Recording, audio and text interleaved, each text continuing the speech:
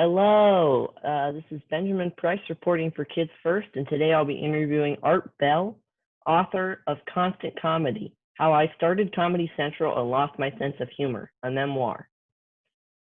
You have two quotes that open the book, one from Will Rogers and the other from Mel Brooks. Where did you first encounter both of them, and why did you want to put them in Constant Comedy? Well, the Mel Brooks quote I encountered a long time ago. And the other quote, I guess I was looking around for a second quote that sort of said the same thing from somebody who wasn't as current as Mel Brooks. So, I mean, I don't know if you want to read the quote, but the quotes both have to do with the fact that comedy is sometimes a little different from what we expect it to be. It's a little bit darker than we expect it to be. And it's also something that comes in handy and in difficult times. I really like that they kind of sort of segue you into what the kind of book is going to be. So you have an MBA in economics from the Wharton School and a BA from Swarthmore too. What about economics drew you to pursue multiple degrees in it? Well, it's kind of an interesting story. I didn't know anything about economics when I got to Swarthmore College. I took intro economics because it was at the right time and I didn't have to get up too early to get there. And I found it very difficult. So difficult that when it came time for my first exam, I failed it. It was probably the first time I failed a test in forever. I don't even remember failing before that. And so I said, wow, I'm going to have to recalibrate. And so I worked very hard on economics so I didn't fail another test. And pretty soon I started liking it. And that's how I got into economics. Ended up taking a lot of courses in it. I took a lot of English courses as well. So those were my two interests, economics and English. Not to jump the gun or anything, but what sort of sparked your interest in developing a channel centered around comedic programming? Well, I was interested in comedy since I was a kid. And I watched as much comedy as I could on television. I read comedy magazines, Mad Magazine, National Lampoon was a big magazine in those days. And I did some writing. I did some satirical writing of my own. We started an underground newspaper in high school, and I learned I like to write funny stuff. So I really became kind of a student of comedy, learning as much as I could about classic comedy and the comedians and the comics and who did what, reading biographies and autobiographies. And I took my interest in comedy with me throughout my life. When I got out of business school, I decided I wanted to work in television. And around that time, there were lots of new channels starting. And I said, why not a comedy channel? Why is there no comedy channel? And I think that bet paid off in spades by now. Well, it paid off. I would be remiss. It took a long time to pay off. It was very difficult to get it going. I would be remiss not to mention your participation in the Wharton Follies. Can you explain briefly what exactly that is, and how did that sort of enhance your appreciation for comedy? The Wharton Follies is something that the students at Wharton Graduate School do every year. It's a satirical review. It's musical, dancing. And the way I found out about it is when I first got to Wharton, I said, hey, is there a film and television course here or anything like that? Or a club, something? And the woman I was talking to said, no, well, not really. But there is this Wharton Follies, and a lot of the kids interested in television or theater gravitate to that. So you might check that out. And I did. And I liked it. I liked the people. I ended up doing some writing for that, comedy skits and some music. And second year, I was head writer. And I found out that I was, I knew something about comedy. I understood how it was written. I knew how to make it funny. So it gave me a little bit of confidence going forward. And you were talking about when you wanted to pursue a career in television, all these new channels are sprouting up, and you went for HBO.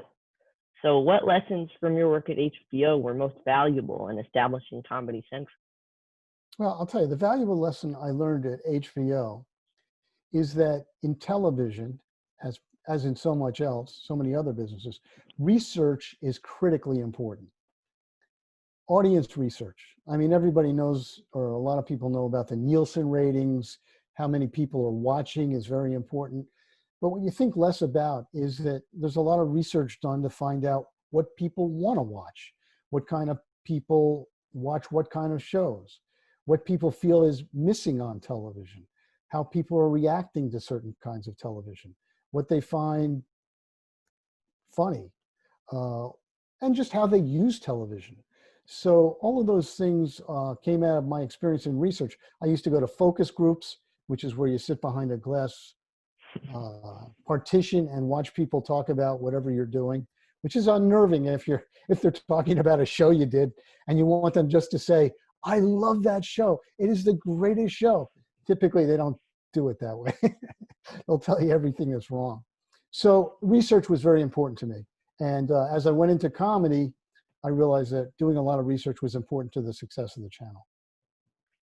And I also think you mentioned Nielsen. It is interesting how those metrics have sort of shifted now with the streaming, where like the ratings are a lot less concrete.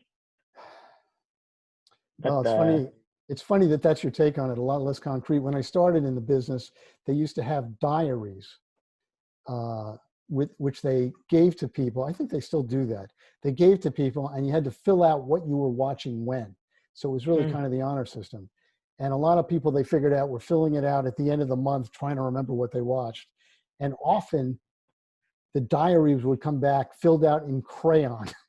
So that tells you what kind of attention was being paid and by whom. what bit of programming from your time at Comedy Central are you most proud to have been a part of? I think the biggest kick I got out of the programming was when we started doing live coverage of political events. In 1992, we decided that we were going to cover live the State of the Union address uh, by George Bush.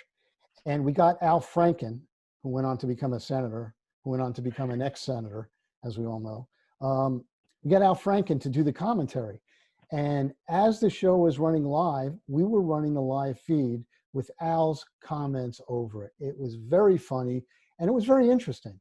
And I think it was a precursor to what happened with Jon Stewart on The Daily Show, which is people learning a lot about our government and about politics through comedy.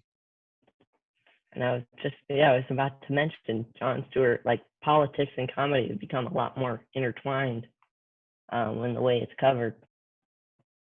So, I think Jon Stewart was the big breakthrough. I mean, previously there had been some shows uh, going back to the 50s, 60s, and 70s. There were shows, usually weekly shows that looked back at the week and did a comic take on it.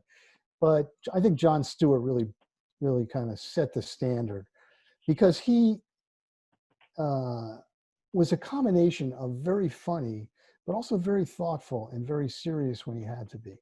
Uh, you couldn't find a smarter comedian. It was really amazing to watch him work. Of course, he had a great team of writers too, which helps.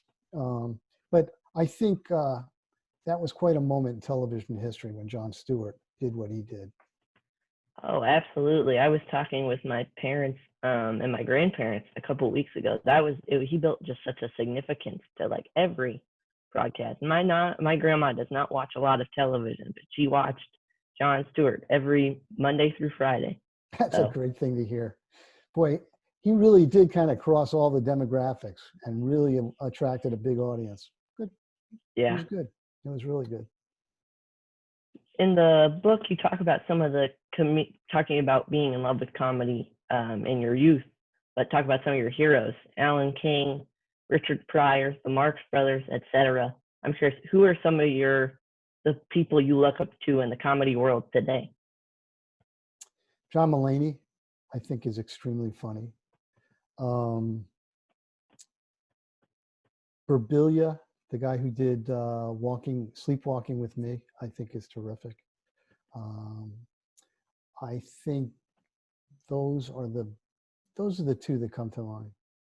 I think they're doing great work. I'm a huge fan of the Sack Lunch Bunch specials he did last year. I thought those were really well done. That was cool. Yeah. That was cool. I'm curious, what led you to write constant comedy, and what aspects of writing it were most challenging? I started writing constant comedy not to write the book. I just started writing stories about what I was doing as a kid or what I was doing at various times in my life. And I wrote one story about something that happened in comedy. And I got a lot of positive feedback from my writing group and from some other people I showed it to. So I wrote another story and then another one. And then finally I had a lot of stories and I had the makings of a book. So by that point, it was really in need of shaping into a book with more of a story arc, beginning, middle, and end. And that was, I wouldn't say that was the hardest part of it, but that was a challenging part for me, having not written a 300-page book before. Yeah, I can't imagine. Well, you start somewhere and it shows up. I will say exactly. that. Yeah. Well, thank you so much for talking with me today. Oh, it's my pleasure. I really enjoyed it. Thank you. Constant Comedy is now available for pre-order, and it will be releasing September 15th. And I will say that it's also, if you want more information, you can go to my website, artbellwriter.com. We love a good plug. This is Benjamin Price reporting for Kids First, signing off. See you next time. Bye.